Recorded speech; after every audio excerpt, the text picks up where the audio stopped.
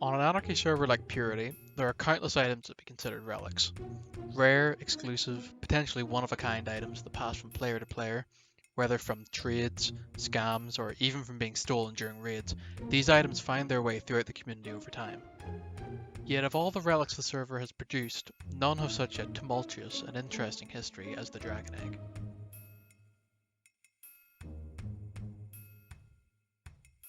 If you've played Minecraft for a while, you most likely know that the Dragon Egg spawns in the end after killing the Ender Dragon. You also probably know that only one egg spawns per world, and on an Anarchy server, especially one such as this where duping isn't allowed, this means that whoever gets the egg first after the server starts up could potentially own the rarest and most recognizable relic in the game forever. However, that's not quite how it happened on Purity. Let me take you back to the times spoken of in Purity's holy texts, the first days of the server. March 26th, 2019. Only 3 days after the server launched, FAO joins the server. Surprisingly, despite the server having been up for 72 hours, nobody had killed the Ender Dragon yet. So, FAO set to work as any normal player would, grinding out mats and gearing him and his friend Godfather up until they were ready to face the dragon. On April 1st, 2019, they would slay the dragon and take their prize, the Dragon Egg. Then only a couple of days later, FAO would fall into the void in the end and die. No, he didn't lose the egg, but this did lead to him quitting the server out of anger from losing the gear he'd worked to obtain thus far. So the egg sat in his e-chest for several months untouched, as FAO would not log in again for quite some time. In late April 2019, the owner of the server, Penguin, was fed up with this. He wasn't particularly happy that such an important and well-recognised item was stuffed into a seemingly random player's inventory who didn't seem to be logging in ever again, especially with how new the server was at the time. So, he made the decision to remove the egg from FAO's inventory and reset the Ender Dragon fight to allow it to spawn in again. This time, Charlie Wyatt would slay the dragon and receive the egg. Over time this would change hands.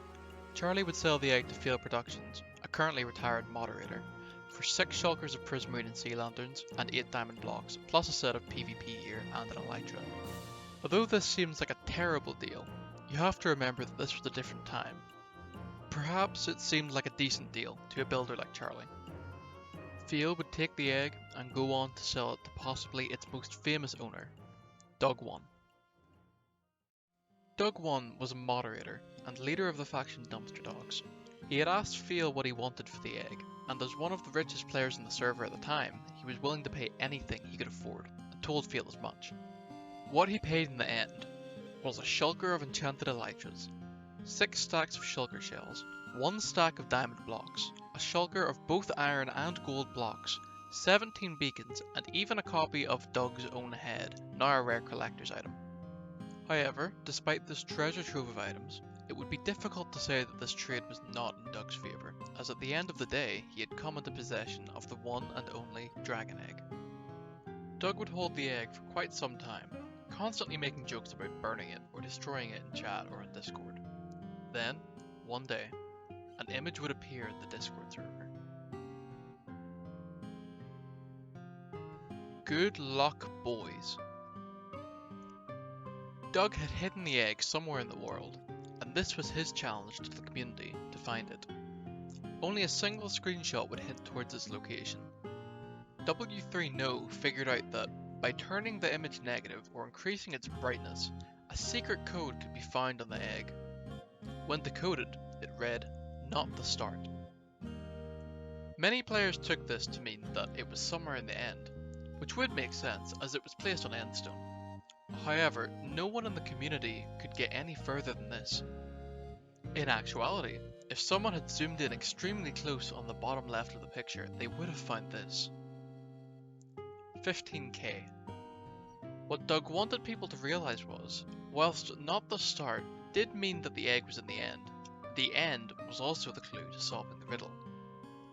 Taking the letters as their numerical position in the alphabet, we get 20, 8, 5, 5, 14, 4.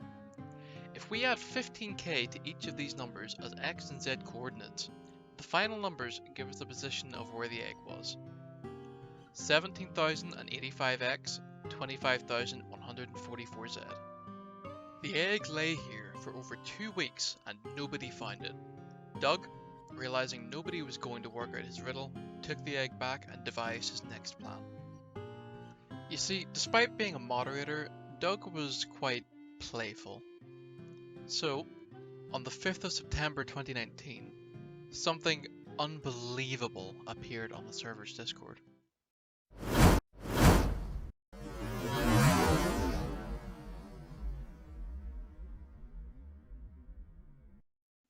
DouuG had posted a video of himself destroying the dragon egg.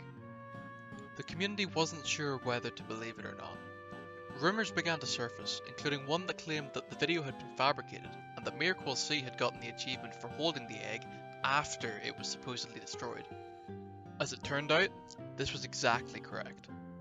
DouuG had given the egg to mier when he briefly left the server, for fears that it would be removed from his inventory for inactivity, as happened to Fowl before him.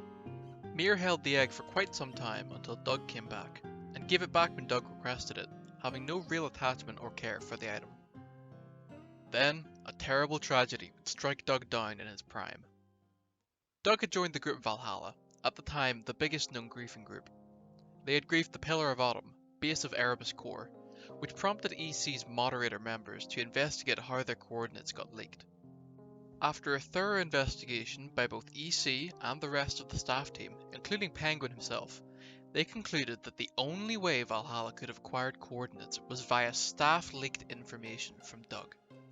In response, DouuG was permanently banned from the server, with the egg still in his ender chest. So with the egg once again inaccessible, Penguin had to act. The community would not be happy if the one and only egg was stuck in a banned player's inventory. Many players cried out for the egg to be returned to one of its former owners, such as Fowl or mier, including DouuG, who wished for it to be returned to mier, knowing that mier would hold it in his e-chest for the rest of time. But Penguin had another plan. His solution remains controversial to this day. This would become known as the Hardcore Survival event.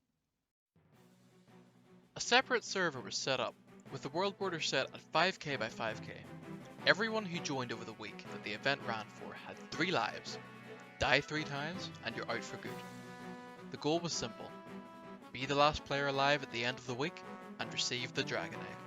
Many large and small factions popped up, some already existing on the main server, and some formed with the clear intention of gaining the dragon egg. After several days, with plenty of fighting and plenty of dying, 2 main teams of players remained. These were the Chadlets team, consisting of Hux, Ragster, Vivid, Zera, tarq, Fib, Durpak, Daniel B1012, Just Another Sheep, and Stormwald, versus Team Fear, consisting of Fear, Michael Cycle, Stranger J, Golden Cookie, Daddy Satan, Popcat, iCode Viper, and Sush. There were already existing tensions between the 2 teams before the event had even started. Vivid and Daddy Satan had recently clashed during the splitting of Valhalla into Chadlets, and Ragster Ninja had a turbulent history with Fear. As the event progressed, external server tensions would rise between Ragster and Michael Cycle as well. Several times the Chadlet team had been raided by Team Fear, robbing them of crucial supplies that had been farmed up by Stormwald, such as gear and potions. This happened during the final few hours of the event and presented an immediate problem for the Chadlets. Luckily, tarq had hidden a stash 100 blocks from the base, with plenty of gear and potions in case of emergency. The remaining members were kitted out, ready to fight. The world border began to close in. The 2 groups grew closer and closer, until, eventually, they spotted one another. Players began to die off immediately. Explosions and sword hits resounded through the battlefield, through a cascade of chaos. But, with Ragster and Winter calling the shots, the Chadlets were able to keep themselves organised enough, until the only members of Team Fear remaining were Fear, Michael Cycle, and Daddy Satan. The Chadlets had 8 members left. As Fear and Michael Cycle were killed, the Chadlets were left in an 8v1 versus Daddy Satan, who claimed to be lagging out. After he inevitably died, they had a brief moment for celebration. However, they still had not won the egg. Remember, only the last player alive was to receive the egg, which meant the 8 remaining players were forced into a free-for-all. After an intense period of fighting, it came down to 3 players, Ragster, Hux, and Stormwald. Hux had significantly more gear than the other two, and it looked like it was going to be an easy win for him. However, Penguin had made a mistake and shrunk the world border down so small that it killed all 3 remaining players.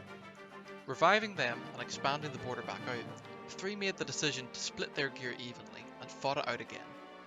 Ragster killed off Stormwald almost immediately, leaving him with double Hux's gear in a 1v1.